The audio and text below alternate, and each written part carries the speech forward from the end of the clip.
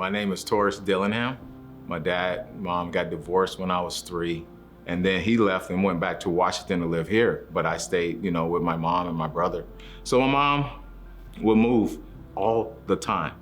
So I never had a friend. She would move from here to here, and I would never go to school. My brother, he was 1 year older than me. He decided to go move back here to be with my dad. And I did it because I was still a mama's boy and I still wanted to be there, and no one ever disciplined me. Until one day, I was 10 years old, and the school had finally said to my mom, "We got a problem. Your boy hasn't been in school, and he's been missing over 300 days. And then that's when she called my dad and said, we got to do something. And my dad said, well, he needs to come here so we can get him into school so he can do something. And then I finally started school on that day in 4th grade.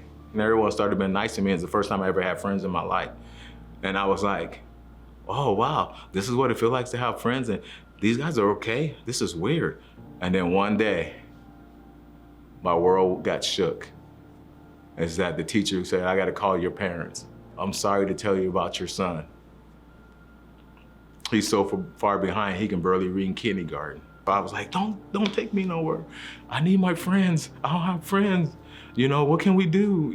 Bob, please don't let them hold me back. And then they just said, well, I guess all we can do is just let them just go through school. And that's all we can do. And then just have them in special classes. And so I had to hide everything about me because I felt so ashamed. By the time I was in 7th grade, I got introduced to marijuana. My brother was a dope dealer. My other brother was a gangbanger. So I remember having a girlfriend, and then one day she invited me to go to church. So I get into the church, I'm all nervous. So he started praying for people. At the time that happened, she had left, and she didn't come back for a while. So I started going, they set me up, because she's gone. So I know they set me up. And so he came up to me, and he goes, hey, what's your name? I said, Torus. And he goes, the Lord just spoke to me. And he said, he knows your mom been praying for you a long time.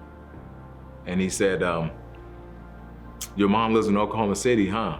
I said, yeah, how do you know that? He goes, the Lord told me. And the Lord said, he got something special for you too. He has a plan for your life. Can I pray? I was like, nah, you don't need to pray.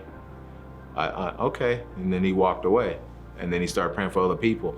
And then she finally came back, and I said, what are you doing? Why you leave me by myself like that? This guy was all over talking to me, and you must have told him something. She goes, I don't know what happened to me. I went to the bathroom, and I couldn't make it out of there to go to the nursery to check on him. I got so sick. Now I know that, the enemy was probably knew that I was like, oh, let's get out of here, and take me out of there. But he made me stay enough to hear that. And then all I can do is call my friends up on the phone and say, man, I can't believe this guy knew everything about me. And I just remember every time we be out in the bar or party somewhere, I'll keep bringing up God. Like what I see doing through her life, and I see things happening. And I just looked at the world, and I just looked at everybody. I said, no one knows how to love anybody.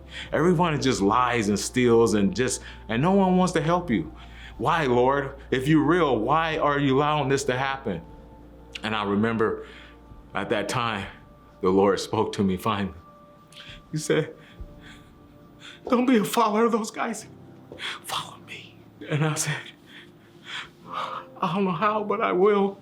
And I remember getting up. I told my brother, I said, I can't live with you no more. I got to find out who Jesus is. So I left everybody, my whole family. And I went back to my ex-girlfriend because she was going to church. I sat down and listened to some of the sermons that he was preaching. And then he got up and says, if anybody want to get their life to the Lord. And I stood up. And then he walked by and he seen me and he looked at me, he goes, and then he gave a big old smile like, you're back. And I was like, yeah. He goes, you ready, huh? I said, yeah, I am.